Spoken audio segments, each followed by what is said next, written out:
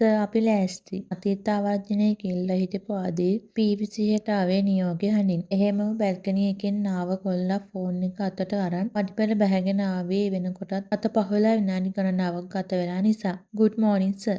Good මෝනින්. ආදිල් cabin එකට ආවත් වෙනදා වගේ කෙලින් නීතිගේ දිහා බැලුවේ නැහැ. එහෙමම ගිහින් පුටුවේ වාඩි වෙනකොට නීති නිහඬවම කොල්ලගේ ෂෙඩියුල් එක මේසෙ උඩින් තියලා යන්න ගියේ දෙන්නගෙන් එක්කෙනෙක්වත් නිහඬතාවය බෙදෙන්න කිසිම උත්සාහයක් නොගද්දී. තප්පර විනාඩි පැය ගෙවිලා ගිහින් අන්තිමේ තවත් දවසක නිමාව සටහන් කරද්දී නීති වගේම ආදිල් වෙනදාට වැඩිය නිහඬ වෙලා. වෙනදා තිබ්බු සැහැල්ලුව සම්පූර්ණයෙන්ම නැති වෙලා. එලෝ තාත්තා. කැබින් එකෙන් එළියට එන අමන්ම ආදිල් ෆෝන් එක සමනට ලං කරගත්තේ නීති නැගිටලා කොල්ලට සමු දෙද්දී. ලබන සතිය හරි තාත්තා. අන්න ඒ ටික බලන්නම්. විජය බණ්ඩාරගේ කෝල් එක කට් කළා වාහනේට නැංග ආදිල්. අයම පාරක් ඔෆිස් එක දිහා බැලුවේ ලොකු හුස්මක් හැරලා. ඊවා නේද රෙස් කරන්න කියලා මං. වතුර අල්ලලා ආයේ වැඩි කරගන්නද ඕන. කොල්ලගේ කබඩ් එක උඩින් තේ කෝප්පෙ තියලා තුෂි ඇසස්ගේ රූම් එකෙන් යන්න ගියේ කිසිම ප්‍රතිචාරයක් නැතිව. උදේ ඉඳන් තුෂිගේ මේ හැසිරීම් වලට හේතුව කොල්ලා දන්නවා. එහෙමම ටයි ගැටේ බුරුල් කරලා ඇඳුම් උනක් දාලා කොල්ලා කෙලින් නතර උනේ වතුර මල යටින්. යසස්ගේ තේ එක දීලා තුෂි පහළට ඇවිත් නතර උනේ රූපවාහිනිය ඉස්සරහා. අද යසස් එන්නත් කලින් හැමදේම උයලා පිහලා ඉවර කරපු නිසා තුෂි පහළට ආවේ යසස්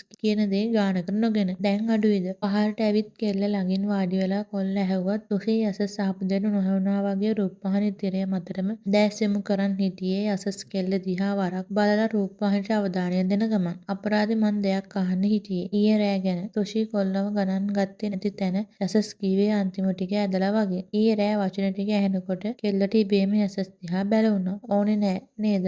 යසස් ආයේ අහද්දි කෙල්ල හිටියේ ගල් ගැහිලා වගේ යසස් දිහා බලාගෙන. උදේ ඉඳන් Taman ගැනම දැනුණු නොනුස්සුමටයි ඊයේ රෑ සිද්ධියේ හීනයක් කියලා දැනගත්ත එකටයි කෙල්ල හිටියේ දුකින්. ඊටත් වඩා ඊයේ සිද්ධියේ හීනෙකට වඩා ඇත්තක් කියලා දැනුණුකොට. මොකද්ද? යසස් එතනින් නැගිටලා යන්න හදනකොට තුෂි යසස් නවත්ත ගත්තේ කොල්ලගේ අතින් අල්ලලා නවත්තගෙන. දැන් බෑ. පස්සේ කියන්න. මට බඩගිනි. කොල්ලා තුෂියට කියද්දි තුෂි යසස් දිහා බලාගෙන හිටියේ හරියට ඒ කෙල්ල හිතන දේ කියලා දැනගන්න. ඒත් කොල්ල ඇස් වලින් කිචන් එක පෙන්නකොට කෙල්ල විවිධ දේවල් හිතමින් කොල්ලට කෑම බෙදන්න ගත්තේ යසස් පැන්ටි එකට හේතු වෙලා කෙල්ලගේ මූණේ ඇති වෙලා නැති වෙලා යන හැඟීම් නිරීක්ෂණය කරමින්. තමුසෙත් කනවා. තුෂි යසස්ට කෑම බෙදලා දීලා වාඩි වෙන්න හැදුවත් ආයෙමත් යසස් කෙල්ලට සැර දාද්දි කෙල්ල අකමැත්තෙන් වුණත් බත් එක බෙදාගෙන පුටුවෙන් වාඩි වුණේ බත්පත් හොය අතගාමින්. යසස් කාර ඉවර වෙනකල් මේසෙන් නැගිටිද්දි කෙල්ලත් පිඟාන අරන් යසස් පස්සෙන් ගියේ යසස් කියන්න හැදුව දේ අහගන්න නොවිසිල්ලේ. අයියේ බලන් ඉඳලා බැරිම තැන තමයි කෙල්ල යසස්ට කතා කරේ. ඒත් යසස් ගානක් නැතුව ටීවී බලනවා. මොකද?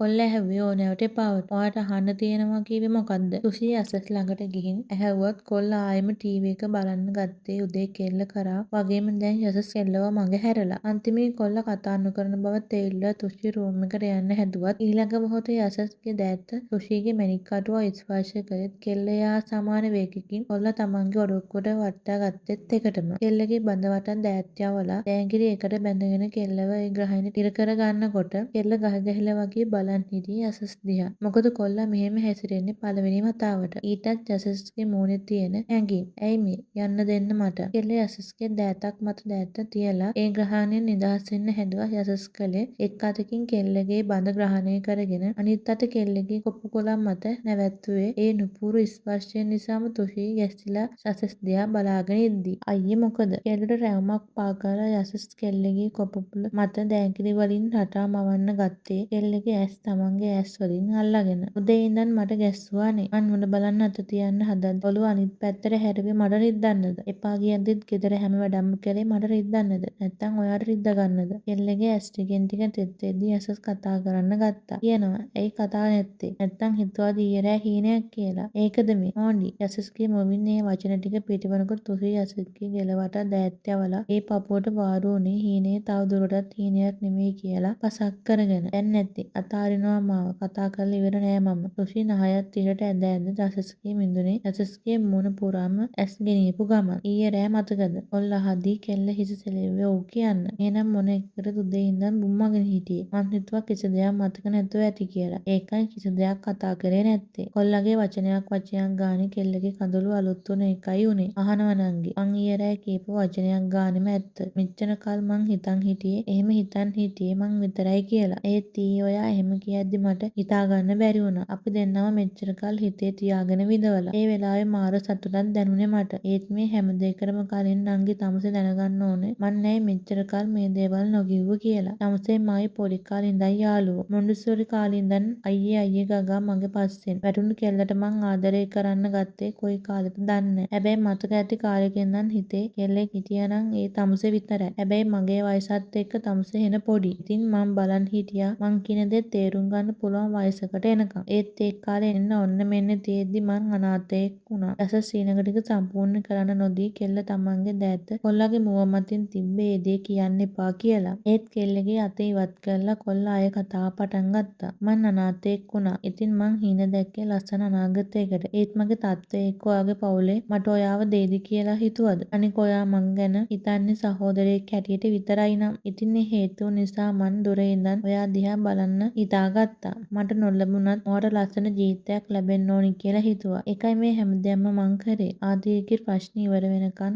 ඔයාව ප්‍රොටෙක්ට් කරන එක පවා. ඒත් පටන් ගන්න කලින් එක දෙයක් කියන්න ඕනේ නංගි. මං ආදරේ කරන්න ගත්තට පස්සේ ගෙදරින් අකමැති වුණත් මට තමුසෙව ඕන නංගි. කලින් තමුසෙගේ හිතේ තියෙන දේ නොදන්න නිසා හිටියා මිසක් දැන් හැමදේම දැන දැනත් අතාරින්නේ නෑ මම. ඒ නිසා මගේ ජීවිතේට අඩිය තියනවා නම් ඒ ඕනෙම දෙයකට ලෑස්ති වෙලා එනවා. හැබැයි අකමැති නම් මේ දැම්ම උනත් නැගිටලා යන්න පුළුවන්. මොකද මං තාම තමුසෙව අල්ලගෙන නැහැ. යසස් කියවර ඉවර වුණත් කෙල්ලගේ ඇස් තිබ්බේ යසස්ගේ ළඟ. මොකද්ද උත්තරේ? පටන් ගන්නවද අතාරිනවද? තප්පර 4-5ක් යනකොට කෙල්ලගේ උත්තරයක් නැති වෙනකොට කෙල්ල බඳ වටා තිබුණු ග්‍රහණයෙන් ගිරිහුනේ ඒ කෙල්ලගේ උත්තරේ බව කොල්ලට හිතෙද්දි. මතු සම්බන්ධයි.